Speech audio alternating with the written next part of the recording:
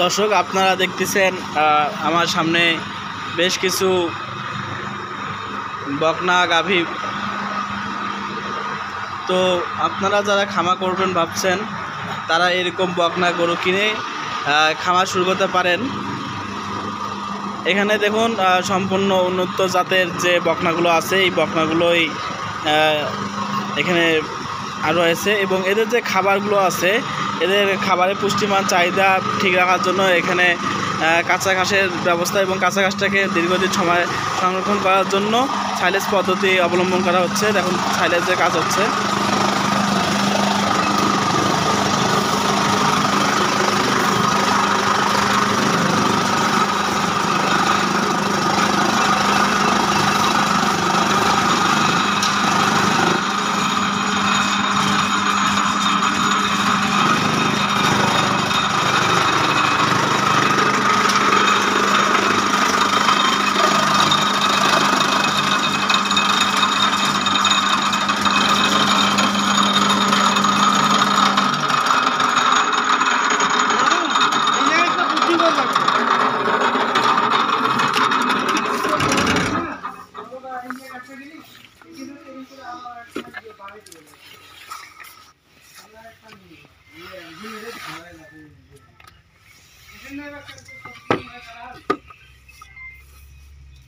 हाँ भैया आनो आनो जल्दी आनो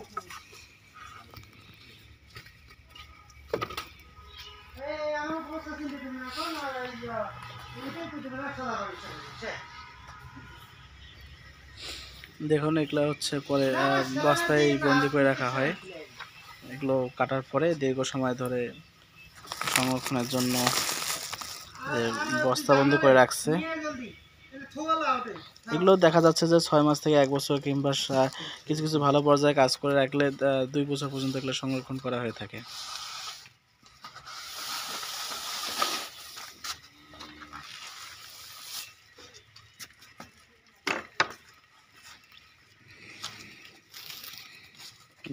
সবগুলো প্যাকিং করে রাখা আছে। এখান থেকে পরবর্তীতে যখন মুখটা বন্ধ করে দেওয়া হয় তখন থেকে এখানে ভেতরে যে বাতাসটা আছে পুরো বাতাসটাই নিঃসরণ করে তারপর মুখ বন্ধ করে রাখা হবে।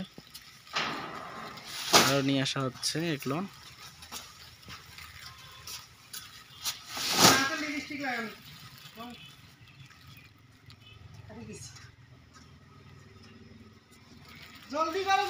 এই যে মেশিনটা দেখতেছেন এই মেশিন দিয়ে আসলে এই কাটা হয়ে থাকে।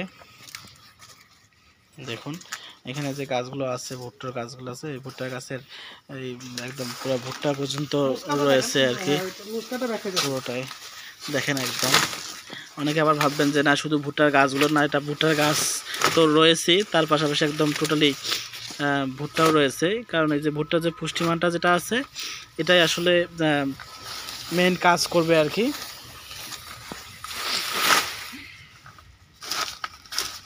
তার পাশাপাশি এখানে হচ্ছে আপনার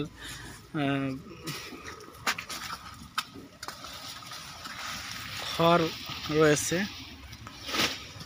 এই খড়গুলো আসলে সংযোজন করা হয়ে থাকে।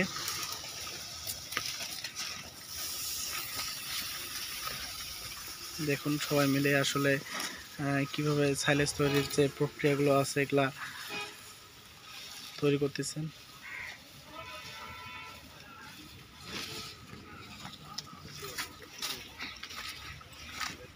ভাই আমাকে একটু সামান্য 2 মিনিট একটু আমাকে একটু সময় দিবেন।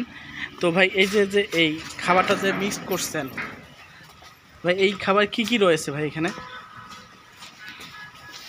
এই যে এই খাবারটাতে? এটা খড় আছে, দানাদার খাদ্য আছে, প্লাস কাঁচা ঘাস, ভুট্টা ঘাস। আচ্ছা এটাতে মোটামুটি আছে। আর এটা কয় বেলা করে দিতে হয়? সকালবেলা আর বিকেলবেলা বাস। সকালবেলা বিকালবেলা। তো আপনাদের যেটা বলছিলাম আর কি তো আপনারা দেখতেছেন ভাই এই যে এখানে তো 12টা আছে, 12টার জন্য দৈনিক কী পরিমাণ খাবার প্রয়োজন হচ্ছে এটাতে? কত কেজি মতো? 12টা প্রায় 200 কেজি প্লাস খাচ্ছে ভাই। 200 কেজি 3 বেলা মিলেই? না দুই বেলা মিলেই 200 কেজি প্লাস। ধন্যবাদ ভাই আপনাকে।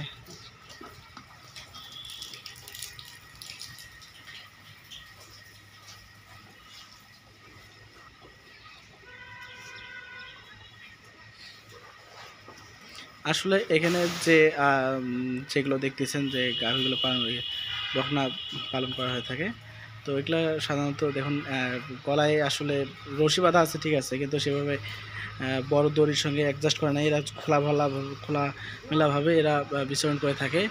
যে মাঠটি দেখতেছেন, কারণ এখন আধুনিক সম্মত উপায় হচ্ছে খোলাভাবে গরু ছাগল লালন পালন করা। এতে আসলে কিছু সুবিধা হয়, আবদ্ধ অবস্থায় কিংবা বেঁধে রাখার চেয়ে খোলাভাবে পালন করাতে সুবিধা আছে আর কি।